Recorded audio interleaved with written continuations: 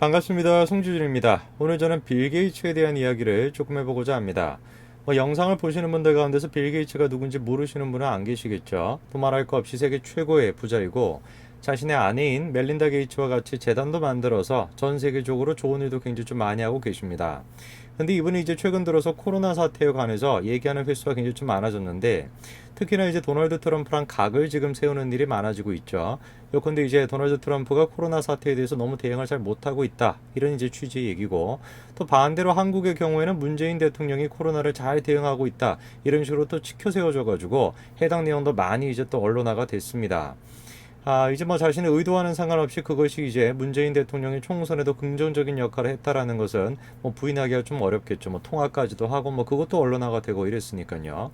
근데 이번에 워싱턴 타임즈를 통해 가지고 혹시 빌 게이츠가 이런 식으로 백신에 대해서 강조를 하는 것이 자신의 기업가적인 이윤을 위해서 그러는 거 아닌가, 혹시 다른 어떤 정치적인 목적이 있는 것은 아닌가라는 취지의 기사가 하나 나왔습니다. 오늘 그 관련 내용을 제가 좀 소개를 시켜드리고자 합니다. 같이 한번 좀 보시죠. 자, 일전에 4월 초쯤에 빌 게이츠가 이제 막 등장하기 시작했었습니다. 그때 이제 한국, 대만, 중국을 콕 집어가지고 코로나에 대해서 잘 대처하고 있다, 미국이 배워야 한다, 이런 취지로 이제 얘기를 했다고 보도가 됐었죠. 해당 이제 제목을 보게 되면 마치 한국에 대해서 엄청나게 칭찬하는 것처럼 보이지만 실제 이제 폭스 비즈니스랑 빌 게이츠가 이제 인터뷰를 했던 그 내용을 보게 되면은 중심적으로 이제 칭찬하는 부분은 대만과 관련된 부분이고, 이 한국 같은 경우는 약간 이제 언거주춤으로 같이 이제 언급하는 그런 수준으로 나옵니다만, 이 한국의 언론들 같은 경우는 그걸 저런 식으로 과장되게 부풀려 가지고 많이 보도를 했었죠. 뿐만 아니라 이제 빌 게이츠가 요청을 해가지고 문재인 대통령이랑 통화까지도 했었는데요.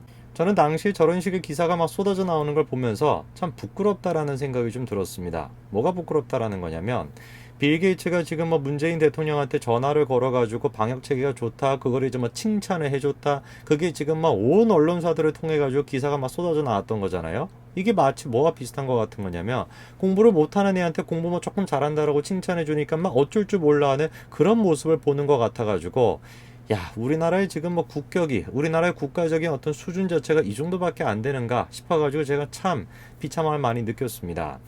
빌 게이츠 의도와는 상관없이 저런 식의 어떤 발언 자체가 저렇게 공론화가 되다 보니까 문재인 쪽의 총선에도 굉장히 좀 긍정적인 역할을 했던 것도 사실이죠. 근데 어떻게 된 것인지 빌 게이츠와 트럼프 사이에는 그렇게 사이가 좋아 보이지는 않습니다.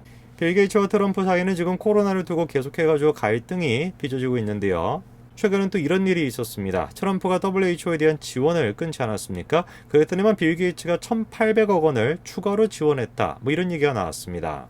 우리가 한번 질문을 좀 해봐야 될 것 같습니다. 정말로 WHO가 트럼프 대통령이 지금 지적하는 것처럼 시진핑에 대해서 좀 편향돼 있는지, 그 나라에 대해서 특히 조금 치우쳐져 있는지, 그 점에 대해서 우리가 좀 지적을 해봐야 될 것 같은데요. 글쎄요, 제 개인적인 생각으로 봤을 때는 WHO가 분명히 시진핑 쪽으로 치우쳐져 있다라고 얘기할 수 있을 것 같습니다. 그도 그럴 것이, 테드로스 WHO 사무총장과 시진핑 사이의 관계는 계속해가지고 지적이 되어 왔었죠. 자, 요컨대 계속해가지고 공개적인 자리에서 시진핑에 대해 가지고 이 긍정적인 어떤 발언들을 쏟아내 왔습니다. 심지어는 바이러스가 전 세계로 퍼져나가고 있는 동안에도 이 시진핑을 향해 가지고 뭐라고 얘기를 했던 겁니까? 시진핑 주석이 갖고 있는 바이러스에 대한 지식과 그의 리더십에 대해 큰 감명을 받았습니다.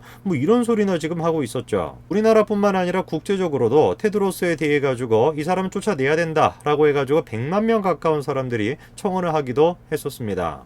이 테드로스에 대한 비판이 단순히 정치적인 목적이 있는 것은 아닌 게, 지금 이제 내용을 보시게 되면은 WHO의 늑장 대처로 인해 가지고 어떻게 된 겁니까? 580여 명에 불과했던 바이러스 확진자가 일주일 만에 7,800명으로 급증을 해버렸던 것이죠.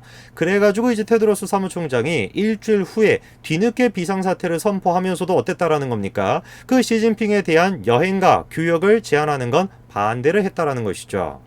그런데 이번에 독일의 슈피겔을 통해 가지고 다음과 같은 충격적인 보도가 나왔습니다. 시진핑이 1월에 WHO 사무총장에게 뭐 했다라는 겁니까? 팬데믹을 연기하기를 요청했다라고 하는 내용이 이번에 공개가 된 거죠. WHO가 이번에 비상사태를 선포한 게 1월 30일이었습니다. 그런데 이번에 어떤 내용이 공개가 됐냐? 22일과 23일에 잇따라 긴급위원회를 열었지만 계속해가지고 선포할 단계가 아니다라고 결론을 내렸었죠. 그런데 슈피겔에 따르면 어떤 내용이 나와 있습니까? 21일 긴급위원회를 열기 전날인 21일 날 시진핑이 그 테드로스한테 전화를 걸어서 전염과 팬데믹 경고를 연기해달라고 요청을 했다. 이 내용이 이번에 보도가 된 것이죠. 글쎄요, 비상사태 선포를 늦추는 바람에 수많은 확진자를 지금 만들게 된 거 아닙니까? 근데 이번에 슈피겔이 보도를 한 것처럼 정말로 시진핑이 전화를 한 것이 비상사태 선포하는 것을 늦추는데 영향을 줬다라고 한다면 테드로스 사무총장은 책임을 분명하게 져야 될 것입니다. 이런 상황 속에 있다 보니까 우리가 질문해 볼 수밖에 없는 것이죠. 과연 도널드 트럼프 대통령이 단순하게 정치적인 목적으로 WHO에 대해서 테드로스에 대해서 비판하는 것인지, 그리고 또 나아가서 이런 상황 속에서 과연 빌 게이츠가 WHO에 대해서 옹호하는 것 자체가 과연 제대로 된 옹호일지 우리가 한번 생각을 해봐야 될 것 같습니다. 자, 이런 상황에서 한 가지 기사가 또 나왔습니다. 빌 게이츠의 코로나 백신과 관련돼서 의구심이 커지고 있다라고 하는 보도가 나왔는데요. 내용을 보시게 되니까 빌 게이츠가 코로나 백신을 개발하기 위해 재단에 재원을 투입하고 세계 각국의 백신 개발에 참여할 것을 독려하는 배경에는 백신 접종을 의무화해서 막대한 이득을 취하려는 기업인의 발상이 깔려 있다라는 지적이 나오고 있다라는 것이죠. 빌 게이츠에 대한 이런 의혹과 마찬가지로 같이 의혹을 받고 있는 사람이 누구냐? 미국 전염병연구소 소장이자 백악관 코로나 태스크포스를 담당하고 있는 안토니 파우치인데요. 안토니 파우치도 마찬가지로 코로나 사태에 대해서 트럼프랑 계속해서 지금 갈등을 빚고 있죠. 가장 대표적인 갈등은 코로나가 우한에서 시작된 것이 아니다라고 파우치가 공개적으로 주장을 했었고요. 뿐만 아니라 이 코로나 사태에 대해서 빨리 종식을 시키고 경제 활동을 다시 재개를 하려고 하는 트럼프에 대해서 5월 1일 경제 활동 재개가 너무 낙관적이다라고 하면서 대놓고 또 비판을 했었습니다.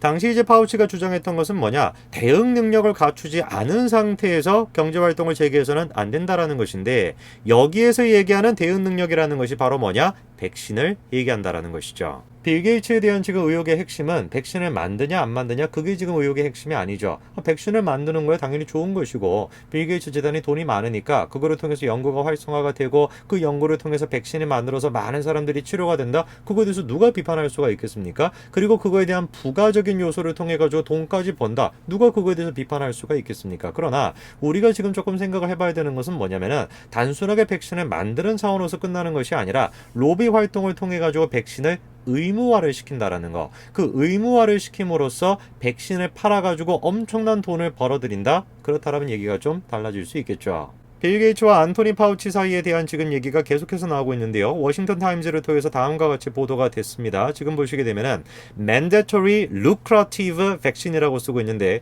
의무적이고 수익이 좋은, 돈을 많이 벌 수 있는 백신, 이런 식으로 지금 기사를 쓰고 있죠. 자, 그러면은 파우치와 지금 빌 게이츠 사이는 어떤 연관성이 있는가? 그 내용을 조금 보시게 되면은, 빌 게이츠 재단이 지금 주류가 돼가지고 추진하고 있는 프로젝트 중에 글로벌 백신 액션 플랜이라는 것이 있습니다.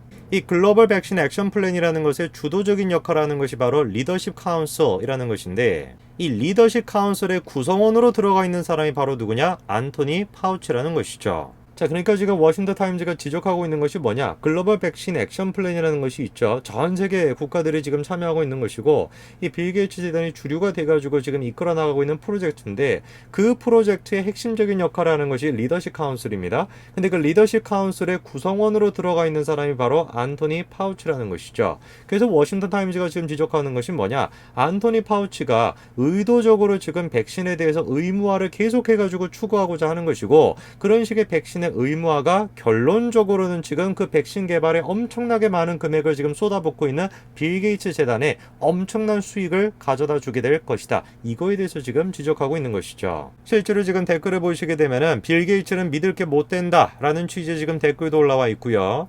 뿐만 아니라, 야, 코로나 바이러스 때문에 우리가 못 나간다고 하면은 우리가 지금 뭐 햇빛 때문에 무슨 뭐 독감 때문에 식중독 때문에 뭐 차 사고 때문에 그런 것들 때문에도 집에 있어야 되는 거 아니냐, 이런 비아냥거림도 있고요. 뿐만 아니라 토머스 제퍼슨의 지금 자유의 나무를 지금 인용하는 그런 식의 지금 댓글도 올라와 있습니다. 실제로 지금 미국 내에서는 아까 전에 제가 그 제퍼슨의 자유의 나무에 대한 그 인용도 보여드렸습니다만, 이런 식으로 자가격리가 심해진다라는 것이 자유에 대한 침범으로 이어질 수 있고, 경제 활동을 못하게 막는다라는 것도 자유에 대한 침범이다, 이런 지적도 굉장히 많습니다. 미국뿐만 아니라 독일에서는 지금 뭐 시위까지도 일어나고 계속해가지고 이런 지적이 나타나고 있죠. 물론 이제 우리가 이 빌 게이츠 재단이 파우치를 통해 해가지고 뭐 백신을 이런 식으로 의무화로 만들어가지고 엄청나게 돈을 막 걷어들이겠다. 그거에 대해서 우리가 조금 더 살펴봐야 되겠죠. 뭐 그것 때문에 우리가 빌 게이츠가 하는 역할을 모두 다 그냥 부정할 수는 없는 노릇 아니겠습니까? 마찬가지로 빌 게이츠에 대해서 우리가 평가를 할 때도 빌 게이츠가 한 말이다. 빌 게이츠가 한 말이니까 다 맞는 말이고 빌 게이츠가 했던 말이니까 다 언론화가 돼야 되고 다 기사화가 돼야 된다. 그것도 당연히 아니다라는 것입니다. 우리가 조금 빌 게이츠에 대해서도 특히나 이제 워렌 버핏의 그 버크셔 해스웨이 같은 경우도 상속세와 관련돼서 여러 가지 문제가 있는 그런 이제 기업체인데 그 부분에 대해서도 우리가 평가할 때 조금 더 객관적인 눈을 가지고 국뽕은 조금 치워놓고 이 두 사람에 대해서 바라볼 수 있는 그런 눈이 있어야 될 것 같습니다. 오늘까지 말씀드리겠습니다. 감사합니다.